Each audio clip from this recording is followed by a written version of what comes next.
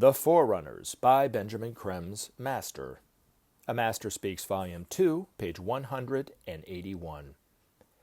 Among humanity today is a growing number of men and women who are engaged in outlining the principles on which the new civilization will be built. They are to be found in almost every country, and they propagate the teachings which reflect the qualities of the new age of Aquarius. They are to be found in every department of human living, and are to be recognized by their altruism and keen response to human need. These are the forerunners, sent ahead to prepare men for the experiences which will characterize the new age. Some few of them work consciously, aware of their mission to aid a struggling world, and of their connection with hierarchy. But the majority work solely from the promptings of the heart and their desire to help.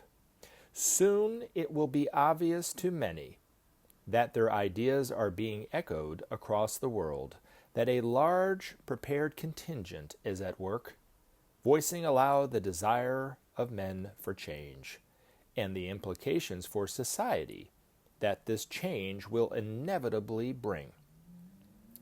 These changes go to the heart of the human problem today, the separation of men and nations that threatens the security of the world. Without these changes, men stand on a knife edge of disaster. The unbridled march of commercialization into every aspect of human life endangers the race. More and more men are seen as superfluous in a struggle for existence, mere pawns in a gigantic game of hunt the dollar. Human trust and social cohesion are nowhere to be seen in this rapacious contest for gain at any cost.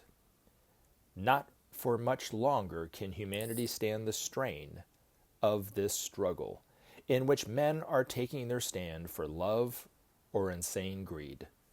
Behind the scenes, Maitreya and his group fan the flames of this conflict gradually. More and more men are beginning to see their path.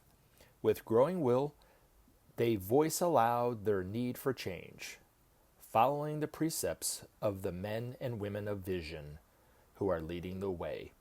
Thus does Maitreya work for the good of all, fostering the best that men can offer and showing the best that men can become.